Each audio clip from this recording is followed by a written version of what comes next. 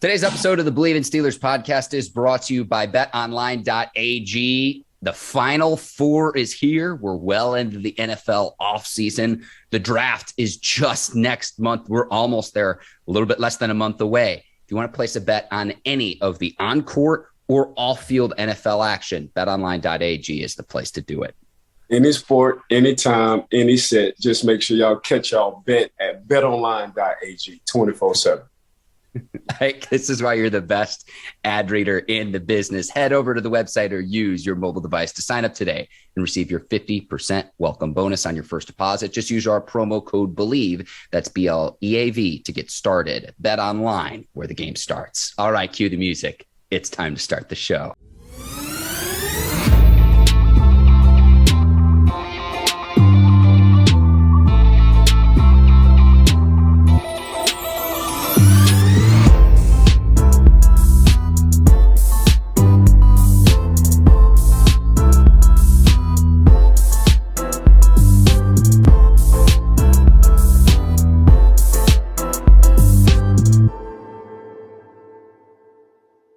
Welcome to the Bleav in Steelers podcast on the Bleav Podcast Network. I'm your host, Mark Bergin, joined by Mr. Worldwide, if you will, two-time Super Bowl champion and 12-year veteran of the Pittsburgh Steelers, number 24, Ike Taylor. IT, I know you're just getting back from Colorado. Good to have you back in Florida. And we've got a lot to talk about here on today's episode of the show. Absolutely loaded Bleav in Steelers. How you doing this morning, my man? I'm doing good, Mark. Glad to be back from Denver. Denver was actually nice. Had a nice little setup with the cigar fest and everything. My business partner, me and Howard was doing, but man, let's get it rolling. We do have a lot to talk about for this Bleav network. And if people want more information, as usual, check out Ike's Instagram page, and we will include that in the show notes as well if you want more information about that.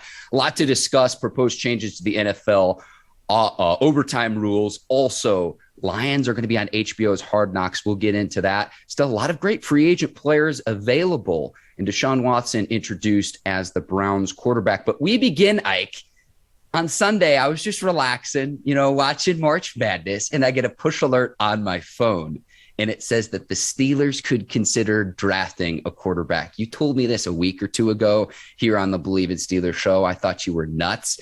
And here I am. I get a push alert. Direct words from general manager Kevin Colbert. Mike Tomlin has said the same thing, that the Steelers are going to pursue another quarterback, and they could do it through the draft. They've been to pretty much all the pro days. No stone left unturned this offseason. You told us this weeks ago. So Psychic Ike Taylor out on the Bleav in Steelers show yet again. They're trying to find being successful. I think Mitch Trubisky, and this is no disrespect, Mason Rudolph and Haskins, they just kind of like a piece to the bridge to the gap to see what the Pittsburgh Steelers can do for the next year or two. Now, Pittsburgh Steelers, I was looking at the draft, Mark, so I was looking at who all has picks. So the Giants got 3 picks, I think, in the first round. I think the Jets have 2 picks in the first round. They got 1 early second. And the Philadelphia Eagles have 2 picks in the first round in the early second as well. So I was going down the draft list and trying to see, okay, who all have quarterbacks. And for the most part, everybody have a quarterback they like.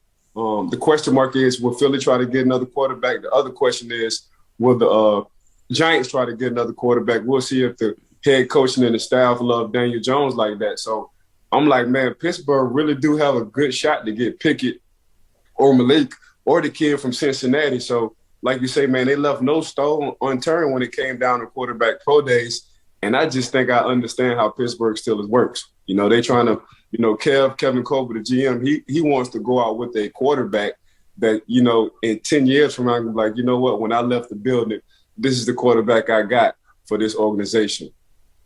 Ike, at number 20, I think we both think that the Steelers might need to move up. But what my push alert on my phone said was that if the Steelers guy, whether that's any number of these rookie, Malik Willis, Pickett, Desmond Ridder, Sam Howell, Matt Corral, those are really the 5 that most people talk about in terms of this rookie class. But if their guy slides to, say, around the 10th pick and he's still available, that the Steelers could, in fact, trade up. Remember, the Steelers have the 20th overall pick. So, again, when you told me this, I think it was last week, and I'm just sitting there and I'm like, wait a second. They've already got Trubisky. Mason Rudolph's already under contract. Dwayne Haskins is coming back. I understand you might want to keep someone on the practice squad, but I will say this.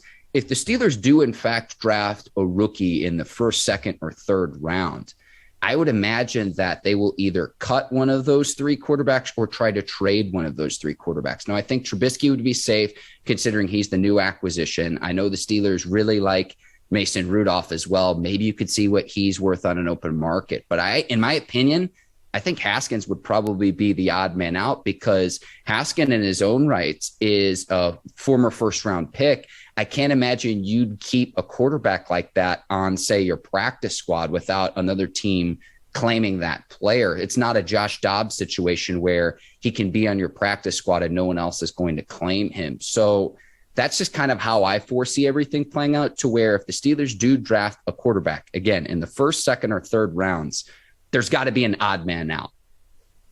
Pittsburgh Steelers get a quarterback in the first round, they definitely going to give him an opportunity to start.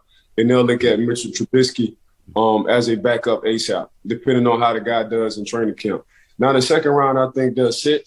I think if they get a quarterback in the second round, they'll let, the second round quarterback sit for a minute, and they'll see how Mitchell Trubisky do. And then they'll input the second round quarterback. But just my personal opinion, just these 7-on-7s, because now I'm the defensive coordinator of the 7-on-7 group. My son is called 24K 7-on-7 team. Man, these quarterbacks are getting nothing but reps, at a young age. So I can only imagine the Pittsburgh Steelers not letting a quarterback sit, so say, and just giving him an opportunity early to get his feet wet, because, man, what you really got to lose? If you think y'all going to have a even season, a 9-8 season, man, you might as well let the young boy rock, because you have a loaded AFC North, not only AFC North, but you got a loaded AFC just in general, so you might as well get his feet wet. So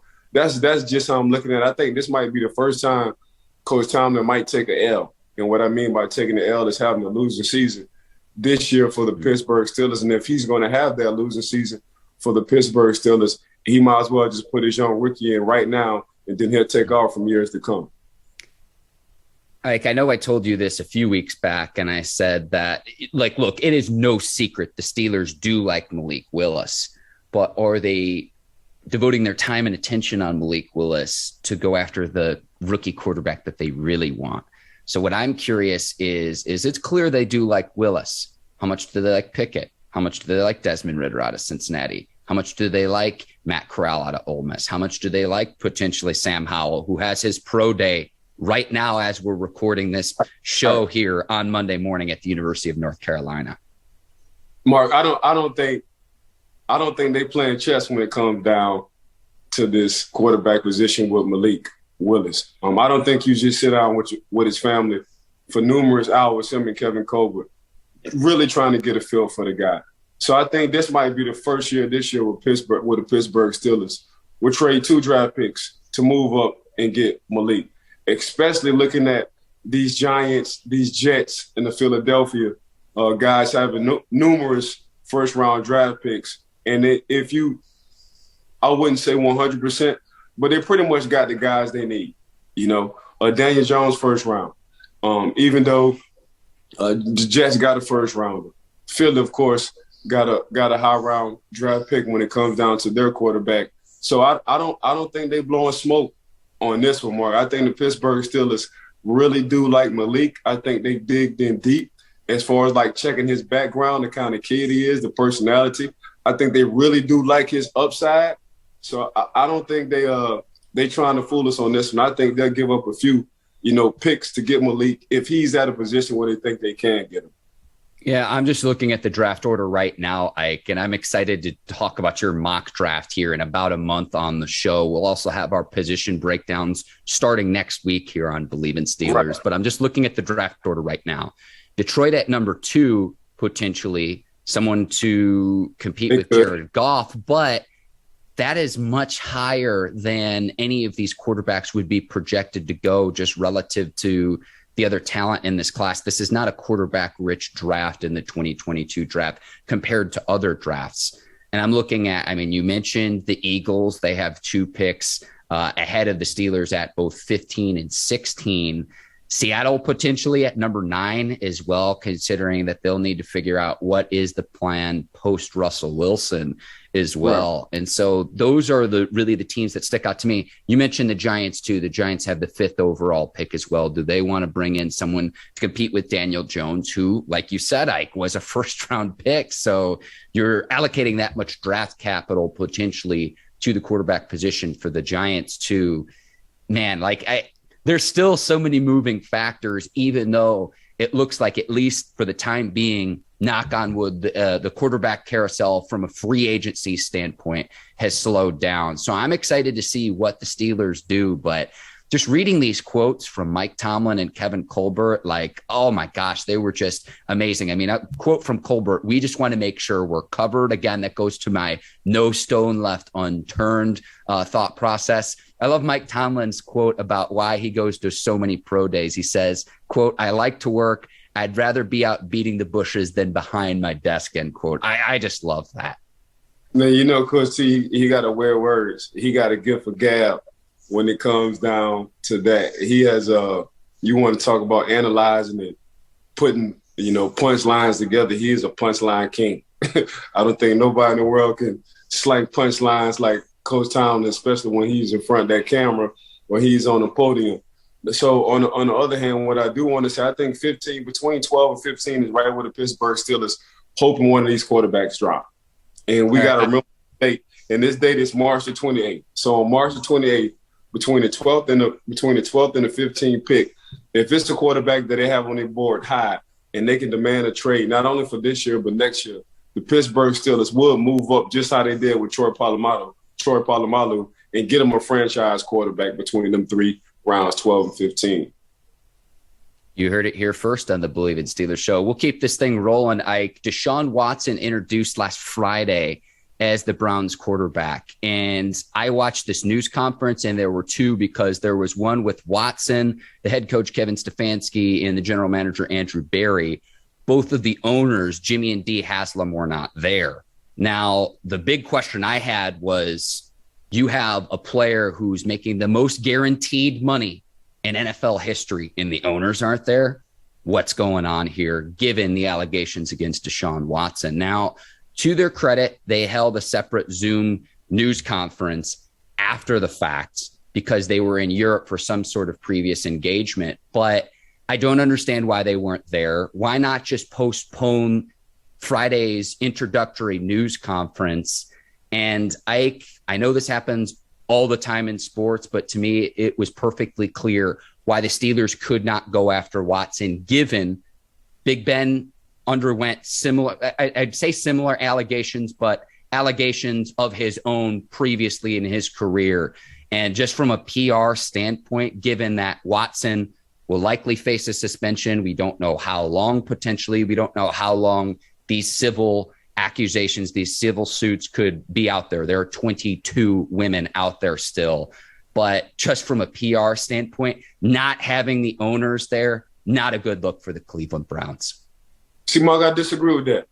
The owners usually get in the way when it comes down making these decisions and helping their franchise. Now, when you want to talk about doing exclusive work, I think the ownership for the Cleveland Browns really do trust the GM and the head coach. Now, I think they sat down. Just because they wasn't there don't mean they didn't sat down with Deshaun Watson. Because honestly, to get Deshaun Watson, you had to do so much homework. You had to be talking to his camp for at least a couple of months. You had to be surveying the land and understand the allegations and what the heck was going on for Deshaun Watson and your organization. So I really do disagree with the owners being there. I think the owners had – it's not that easy as an owner to change your schedule, especially when you're overseas. You know what I'm saying? But when it comes down to really putting their foot in and doing their homework, man, I think a lot of owners kind of get in the way. And I'm going to say the Dallas Cowboys. So for that instance, I think the Cleveland Browns, I think they feel like they're on the cusp of getting into the playoffs and making a run with Deshaun Watson. Obviously, Deshaun Watson, out his allegations, he got one of them cleared up. Now it's just time to see what the silver suit will do with Deshaun. So I don't know how long the NFL will suspend Deshaun Watson, I think Deshaun will appeal it anyway. I don't think it's going to be as long as people think it is. He'll miss 3 or 4 games at max. I think, as far as like ownership, I think the owners, to some degree, they did exactly what they needed to do. They stayed out the way. It's not their press conference. It's between the head coach and the general manager and Deshaun Watson. They just, between the head coach and the general manager, they had to get the green light and the AOK from the ownership. And I don't think you just bring Deshaun Watson in without talking to any of the owners for an exclusive amount of time. The issue I have is the Browns, their messaging has been mixed the entire time, Ike, in terms of they say that they do a comprehensive investigation. Right. Yet they haven't. And look, legally, their legal counsel said do not speak with any of the women. The NFL have done that. But how can you say that we've conducted a comprehensive investigation, which has spanned 5 months, without getting the perspective of the women, some of which have not given public testimony yet, with hopes that this does go to court? I don't anticipate that this will, and I think that eventually there will be settlements across the board. That's my prediction for what happened. I do think there will be a suspension. I'm of the thought process it'll be 8 games, and that it would then be Watson and his camp would try to appeal that down to lessen the amount of games he would miss. But the big crux that just to me wasn't answered forthright, and I can explain why it wasn't in just a second, was did he learn from what happened, or is he denying outright what happened? And we did not get a clear answer to that. They kind of skirted around that question. Now, the reason for that, Ike, is if this does go to court, and we've talked about this all the time, and this is where I put my reporter hat on, the burden of proof is much less in a civil case than it is in a criminal case. In a criminal case, which there are 2 Texas grand juries that have chosen not to press criminal charges against Watson, in a criminal case, the burden of proof is beyond a reasonable doubt. In a civil case, it is just 1 scintilla over a majority, meaning the burden of proof is much, much less. So Watson still has to be careful what he says publicly, because that could be used against him if these civil suits do in fact go to trial. And so that's a lot of people are saying, well, why isn't Watson more forthright? Because, again, the possibility of him facing criminal charges, those are out the window. But he has to be careful what he says, because he could cost himself a lot of money. Now, what the Browns have done to protect Watson, and I don't fault the Browns for this at all. 5-year contract worth $230 million. The base salary on Watson's first year is $1 million, meaning if he faces a suspension from the NFL against the NFL's conduct policy, it is taken out of that $1 million base salary for this upcoming 2022 season, out of the $230 million guaranteed, the $230 million on his deal, and the most guaranteed money by a single contract, $230 million guaranteed. And that's the most guaranteed money by $80 million in the history of the NFL. Yeah, that's fully guaranteed. You got to make sure you put the fully guaranteed on there. So yeah, if they do come up and he gets suspended, that's $1 million. So now I'm looking at 229. I think that's a sweet deal for Deshaun Watson. Like I say, man, I don't think the Cleveland Browns will pick up Deshaun Watson and not do enough exclusive and extensive homework on these. I think the Cleveland Browns have been looking at this since last year. And there's a few teams that has been looking at this since last year on getting Deshaun Watson. I think the Cleveland Browns just pulled the trigger.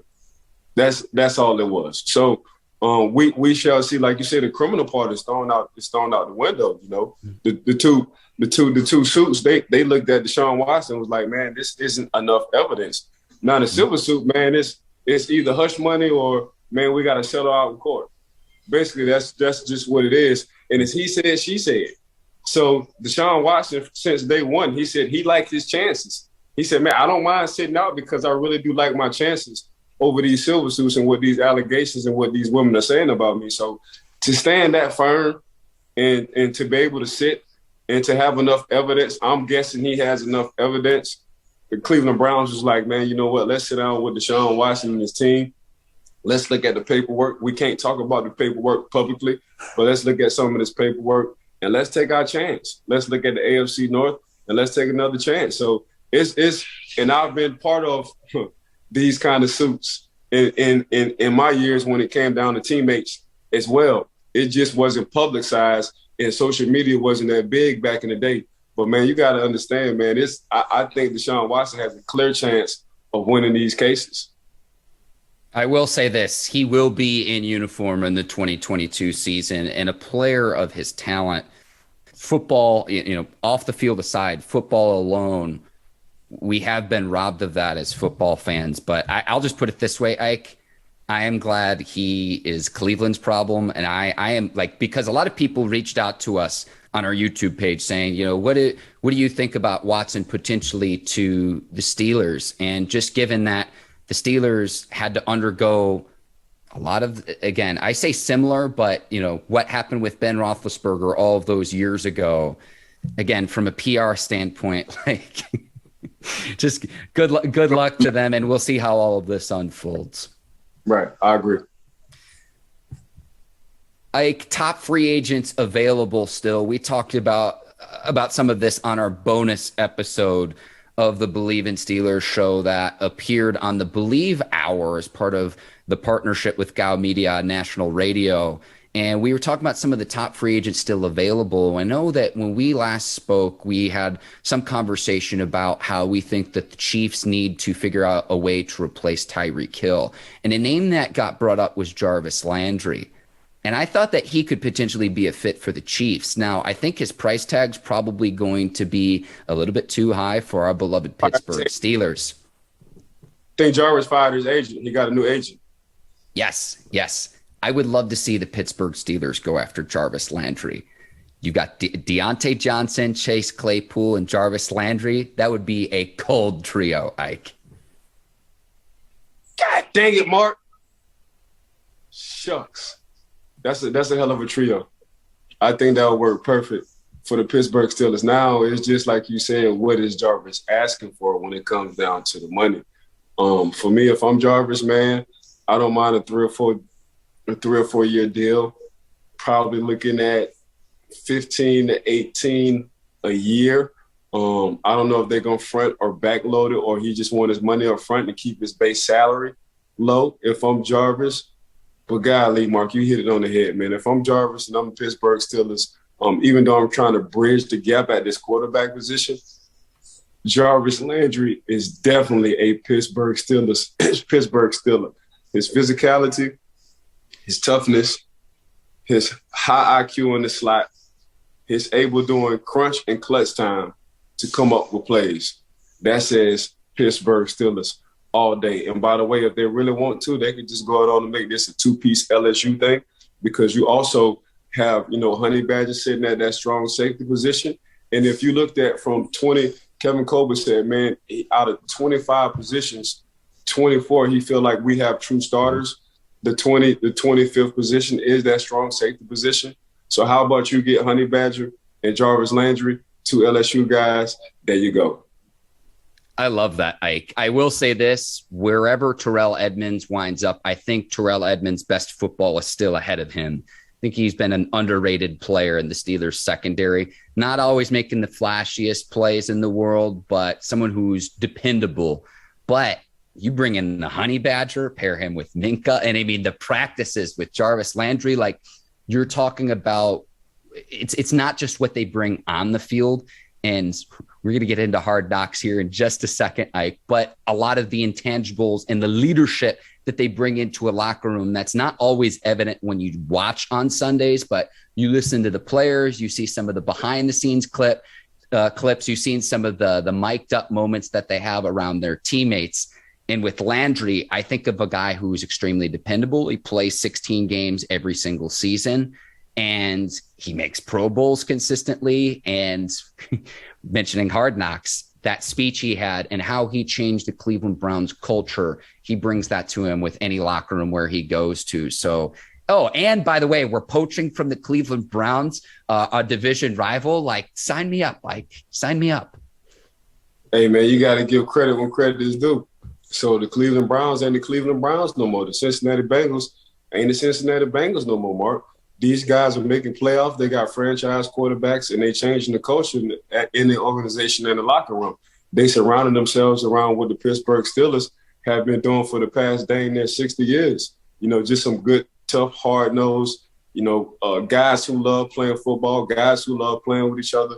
And by the way, we do have a franchise quarterback, and really that's the missing piece. So the Baltimore Ravens has a franchise quarterback. Now the Cleveland Browns have a franchise quarterback. The Cincinnati Bengals, and we all know, have a franchise quarterback. So who's missing a franchise quarterback in the AFC North? And that's the Pittsburgh Steelers. So like you say, Mark, you just got to give credit when credit is due. When you want to talk about having the toughest division, it is the AFC North, let alone the AFC itself. So, man, I would love right now my days to be playing in the AFC North. I think Cam Hayward said it best, man. He walk them all smoke when it comes down to the AFC North opponents. I might push back and give the AFC West its credit, Ike, but it's like the AFC West, the AFC North in the NFC West. Who you taking in the AFC? Who you going to take over Lamar? Who you going to take over Joe? Who you going to take over Deshaun? And we talking about it with at least 13 years left. We'll be here till sundown, Ike, if we get into this. Hang on, let me get back on track. A few other names out there in free agency before we get to Hard Knocks. Stephon Gilmore, the cornerback. Akeem Hicks, the defensive lineman, to where if he goes to the right situation, he can swap in and out with, like, say, a 3-man rotation on the interior and stay healthy. He's a very good player. We mentioned Honey Badger. Bobby Wagner, an 8-time All-Pro linebacker still out there. Jadeveon Clowney, Dwayne Brown, OBJ, Melvin Ingram. Still a lot of talent out there on the free agency market. A lot of veteran players as well. So curious to see where all of them wind up, because all of those players I just named, all of them will be on an NFL roster in the 2022 season. I guarantee it. So that's the only thing that's holding them back. The asking price for these veteran players, because the draft is right around the corner. So if your asking price is too high, if I'm a general manager, I'm going to go and wait till this draft. I'm going to get to see if we can get some of our needs. Then I'm coming back to y'all. So, and then when I come back to you, it's going to be even lower, because I got to fulfill this roster. And now the salary cap, I got to put some of the salary cap into this rookie draft class. So that's the only thing I just think was hindering a lot of these high-profile guys you just named, Mark, is the asking price. So if I'm an agent and I'm a player, I just got to be realistic in what year this is for me. How has my health been over the course of the past couple of years? How have my play been over the course of the past couple of years? And I still have to understand football is a young man's sport. So these guys are getting bigger, stronger, faster. Every day in 3 years, it seems like. I'm just looking at my son and his teammates on their 7-on-7. So, Mark, that's what these veterans guys got to do in the free agency. They just got to ask themselves, am I asking too much money, and why? Of course, you want the bag. Everybody wanted the bag, but everybody can't get a Tyreek Hill. Everybody can't get a Devontae Adams. Everybody can't get the big bucks. And you just got to look at what phase or what stage you is at the time of your career and what can you bring to a team. So I think Bobby Wagner will get paid sooner than later. I think OBJ is going to still be a 1-year deal. I think Akeem Nicks, like you said, will go in a perfect situation. And I think Akeem will be a perfect situation for the Pittsburgh Steelers, because we've been talking about trying to get a guy who can stuff the plug on the middle of that defensive line. That would be a perfect situation. Hopefully he's not asking for too much money. He'll fit perfect right there. So it's just, for me, what are they asking for over there? Overpricing themselves? And do y'all really want to sit to after the draft? Because then that's when I think the price will decrease. Really quickly, where does Joe Hayden wind up? Joe might call it a day. I think personally, I think Joe talking to his family, his wife, and his kids, and he might call it a day. I don't think, coming from Pittsburgh, from Joe playing in Cleveland all them years and me playing against Joe and seeing the stud Joe was, and looking at his account and being one of the highest paid, cornerbacks in NFL history. Yeah. Joe ain't really tripping. I think Joe, if he goes to any team, he wants to come back to the Pittsburgh Steelers. I think it'd be hard for Joe to go to Cleveland, get drafted by Cleveland, play for the Pittsburgh Steelers, love Coach T in that locker room, then go somewhere else like the Jacksonville Jaguars. Joe ain't doing nothing like that. So I think Joe just trying to buy time. If it's any team he wants to come back to, it would be the Pittsburgh Steelers. If not, he's going to retire. Ike, it's time for my favorite portion of the programs. We're biting off kneecaps, and the Detroit Lions are set to host HBO's Hard Knocks. Give me all the Dan Campbell access and behind-the-scenes footage. I know our friends over at the Bleav Network, the Bleav in Lions host, Jack Kavanaugh, is doing cartwheels upon hearing this news this morning. The Detroit Lions are going to be the team featured on this year's Hard Knocks. It'll be Jared Goff's third appearance as well. I think the juiciest storyline, though, is this. We've talked about where does Baker Mayfield wind up now that his time is over in Cleveland. And I think Detroit is a team we have not talked about that we need to bring up. And here's the reason why. I think it's pretty clear Jared Goff's not the guy long-term in Detroit. And let's look who's in Detroit's front office. John Dorsey. Who's John Dorsey? He was the GM who drafted Baker Mayfield with the first overall pick in the 2018 NFL draft when Dorsey was still the general manager of the Cleveland Browns. So I think that's a potential storyline of, do the Lions potentially bring in Baker Mayfield? What do they do with the second overall pick? I'm all in. I mean, I could find the storylines regardless of which team that they pick, but Dan Campbell, the Detroit Lions, and Hard Knocks, I'm fired up this morning. Hard Knocks and Dan Campbell go perfect together.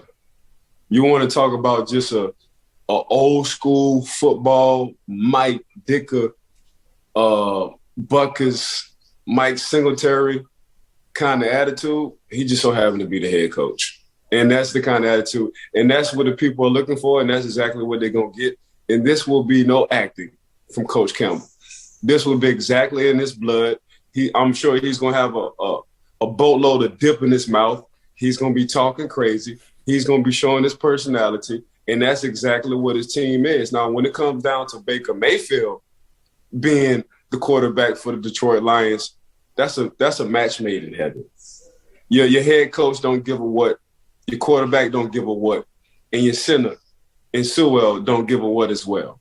Mm-hmm. So now you bringing on that kind of, I think Coach Campbell, like, that's my personality. That's the kind of guy I want as my quarterback. He's the Jim McMahon. That's exactly what Baker Mayfield would be to the Detroit Lions as Jim McMahon to the Chicago Bears back in the 1980s. That I don't give a what attitude, not really that flashy attitude, but it's me against the world attitude. Y'all never did like me attitude. I was a walk-on and I had to come from the bottom attitude.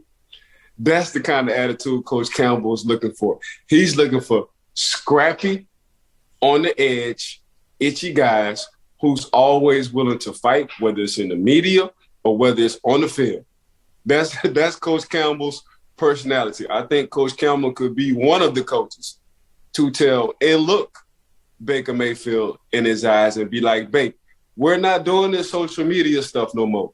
Keep your butt off of social media. We don't want these problems from you.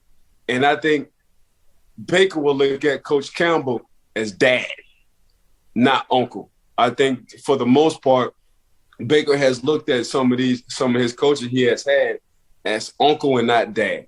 I think Coach Campbell will put his foot down, lay down the law, and Baker Mayfield will turn over a new leaf, turn over a new attitude. But on the field, he would be exactly what Detroit Lions and Coach Campbell is looking for, and that's a scrappy, no nonsense. I don't give a what. Let me see your personality on the field.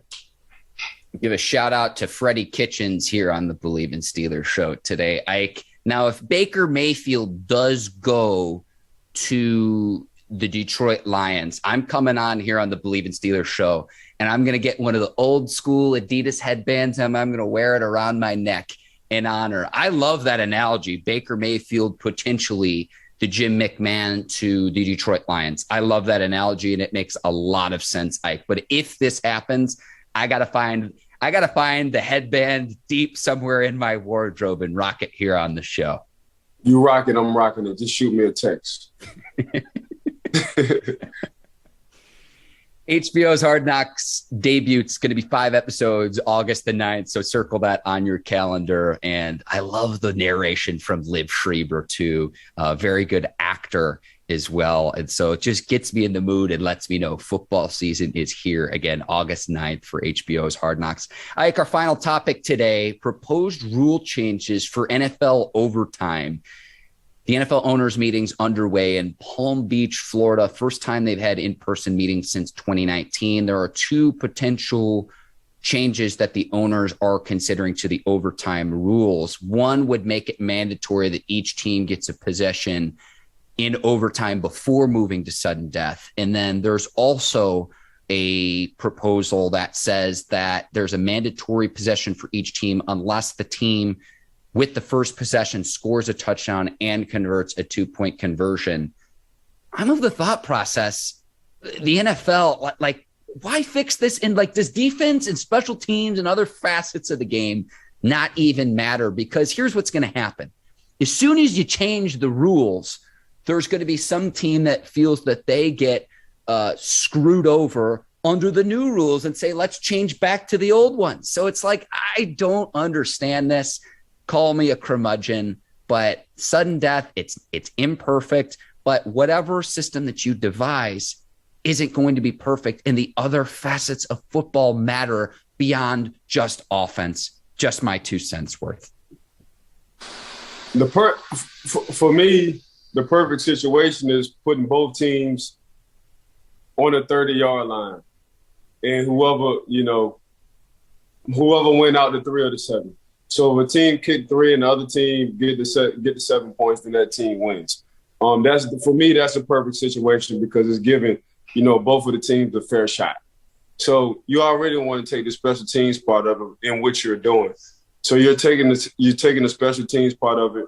You drop the ball on the 30, and you tell the Pittsburgh Steelers, score, kick a field goal. Then you give the Baltimore Ravens a shot, and if the Pittsburgh Steelers score 3 and the Baltimore Ravens score 7, then there go your Baltimore Ravens, they win the ball game. In the perfect world, that's how I think it should go. But it's not. And to be honest with you, you shouldn't change the rules right now because I don't think nothing is wrong with the rules. This is the NFL. This is in college. But if you want to go and you want to have a perfect situation, drop the ball on the 30 in the high red zone, give both teams an opportunity, and whoever come out with the most points on each possession will win the ball game, Mark. And this is coming from a player, Ike, and I don't mean to rub your nose in the dirt, but you had a season end on a game-winning touchdown that the defense that you were part of allowed, right? And your season was over. So, the Denver game? Yes, sir. Yes, sir. Yeah, like I said, I'm not trying to rub your nose in the dirt, but that should give what you're saying even more credence for anyone listening or watching this show. Cool. Yeah, I'm cool with that. I've been on the other side more than that side. I caught that side 100%. You know what I'm saying? So that's just part of the game, Mark. Gunfighters get shot. And when you're in that secondary, man, when you shoot, you best believe somebody going to shoot back. That was a perfect play for Denver. That was the right time for Denver. They saw what we was doing throughout the course of the game, and they came up with a heck of a play on that play. So in RIP, Demaryius Thomas, that guy dang stiff arm. He reset my engine. He was long gone by then. But yeah, that's just what it is when you come down to that part of the game. Somebody got to win the game. Somebody got to take the L. Just unfortunately on that play, we wind up taking the L for the Pittsburgh Steelers. But yeah, man, I just say drop the ball on the 30, Mark, and let both teams take the coin toss out. Let both teams see what they can do, and we'll just leave it from there. And remember, there are differences between overtime rules from the regular season compared to the postseason. I'll let any listeners and viewers Google the specifics of that, but it's one of those things where whatever they decide, someone's going to be complaining, Ike. And that's really the biggest point I'm trying to make, because as soon as you change everything over, if you do, it'll never end. And so maybe you can improve the game. We'll see. But I feel like as soon as you switch it, there's going to be a team out there that says, no, let's go back to how it's been for years and years and years and years. I agree. All right, Ike, you're the absolute best. Before we sign off here, too, we got the Final Four. I saw you picked Villanova. Are you going to continue to rock with Villanova? I know you're at the top of the leaderboard for the Bleav network. You goddamn right. I'm picking Villanova. They missing their second highest score with an Achilles injury. He was averaging 14 points a game, 5 assists, I think 7 rebounds. So it's gonna be tough to see what they do tonight. But yeah, I'm rocking. I said Villanova. I'm rocking with Villanova. But how about Duke and North Carolina? Two teams coming out the North Carolina State. So that's gonna be very interesting. I'm just upset. They're both in the same bracket. Mark, I wanted one to be in one bracket and the other one be in the other bracket, and then we'll see them in the national championship game.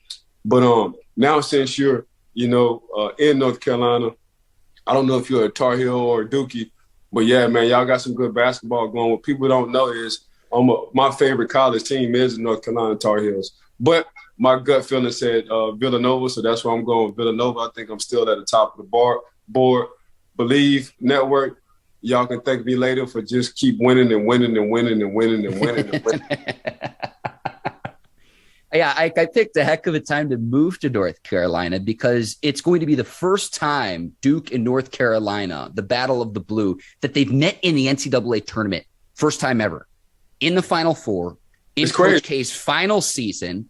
Hubert Davis in his first season. Crazy. Like, if you pitched this to Hollywood, Ike, they would not buy it because they'd throw it out and be like, nah, this is too unbelievable. I go back to when I first moved here, Ike, my family and I, we went to a North Carolina Louisville game in Chapel Hill. This was on February the 21st. Tickets were $8 per ticket. If you'd have told me at the time that it would have been $8 per ticket and then, oh yeah, this Tar Heel team is going to go to the Final Four, I wouldn't have believed you. So I moved here at a heck of a time. My older brother is psyched too because his beloved Kansas Jayhawks are in the Final Four as well. They made the Final Four on his birthday too. So happy birthday, Scott. Shout out to him as well. A battle of the Blue Bloods, man. I cannot wait for this upcoming weekend. I agree. All right, Ike, you're the absolute best. I want to thank you, folks over at the Bleav Network, our producers at Brinks TV, led by John Brinkus, Courtney Vargas, Herbert Diaz, and Lucy Oden, the whole crew over there. Today's sponsors, both Bet Online and Athletic Greens. And I want to thank the listeners and the viewers. Thank you for taking time out of your day to listen and watch Ike and I. Yeah, I second that. Got to thank the Bleav Network for giving Mark and I opportunity.